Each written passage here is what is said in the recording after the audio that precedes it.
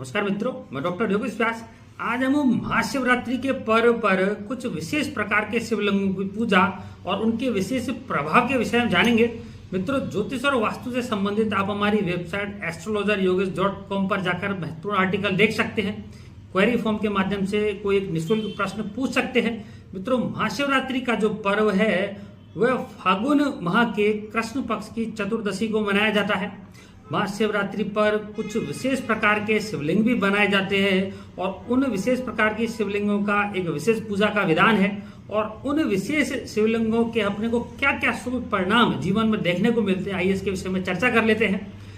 फूलों से बने शिवलिंग की पूजा करने पर जिन जातकों के जीवन में भूमि और भवन यानी कि अपने घर को लेकर कोई परेशानी चल रही है तो वो फूलों से बनाए हुए शिवलिंग की जब पूजा करते हैं तो उनकी समस्या का समाधान होता है।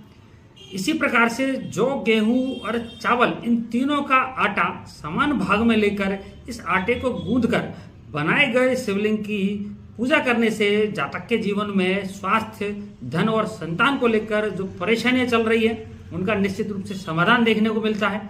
इसी प्रकार से काले तिलों को भिगोकर जब शिवलिंग का निर्माण किया जाता है तो ऐसे शिवलिंग की पूजा करने पर जातक को अपने मनोवांछित जो फल हैं उनकी प्राप्ति होती है, अभिलाषाओं की पूर्ति होती है।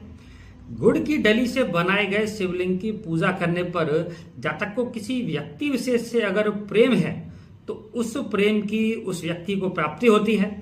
इसी प्रकार से किसी बांस के अंकुर को जब शिवलिंग के आकार में काटकर उसकी पूजा की जाती है तो जातक को वंश वृद्धि में अगर कोई परेशानी देखने को मिल रही है तो वंश वृद्धि को लेकर उस समस्या का समाधान होता है, घर में संतान की प्राप्ति होती है।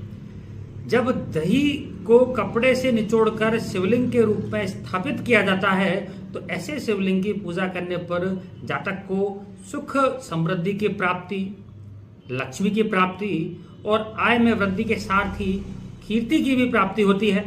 इसी प्रकार से चांदी के शिवलिंग की पूजा करने पर जातक को धन संपत्ति की भी प्राप्ति होती है।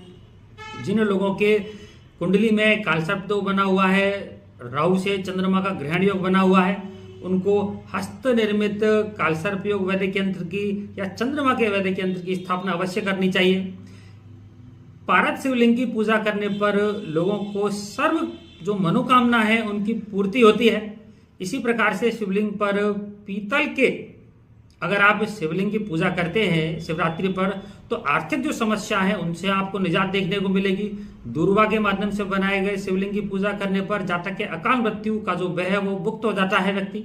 आप निश्चित रूप से उपाय करिए, आपको निश्चित रूप से एक उचित परिणाम देखने को मिलेगा।